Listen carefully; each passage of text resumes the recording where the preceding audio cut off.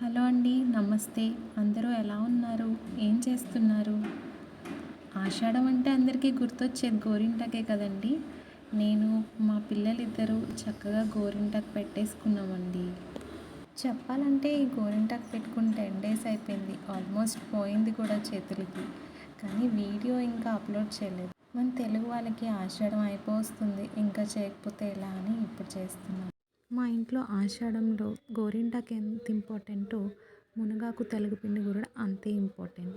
ఎన్నో పోషక విలువలు ఉండే ఈ కూర ఈ సీజన్లో తినాలని చెప్పేవాళ్ళ అమ్మ వాళ్ళు. ముందుగా స్టవ్ వెలిగించుకొని దాని మీద బాండి పెట్టి 2 స్పూన్ల నూనె యాడ్ చేసుకున్నాను. నూనె వేడయ్యాక ఆవాలు, మినపప్పు, శనగపప్పు, జీలకర్ర, అలాగే 4 వెల్లుల్లిపాయలు. ఈ కూరలో వెల్లుల్లిపాయలు చాలా టేస్ట్ ఇస్తాయండి. ఎండుమిరపకాయలు వేసి చక్కగా దోరగా వేయించుకున్నాను. సన్నగా తరిగిన ఉల్లిపాయలు, పచ్చిమిరపకాయలు, అలాగే కరివేపాకు వేసి అది కూడా బాగా వేగాక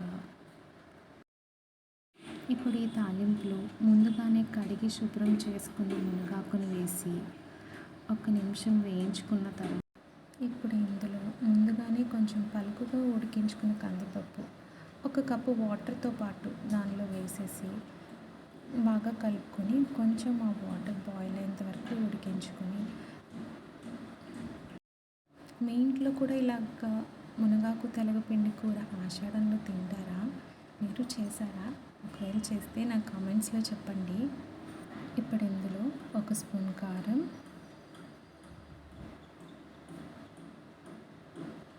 కొంచెం పసుపు అండ్ అలాగే రుచికి సరిపడా ఉప్పు వేసి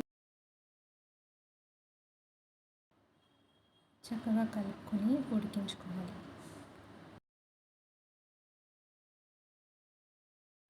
ఇప్పుడు అందులో నీరు మరుగుతున్నాయి అన్నప్పుడు 1 కప్పు తెలగపిండిని వేసి బాగా కలుపుకోవాలి.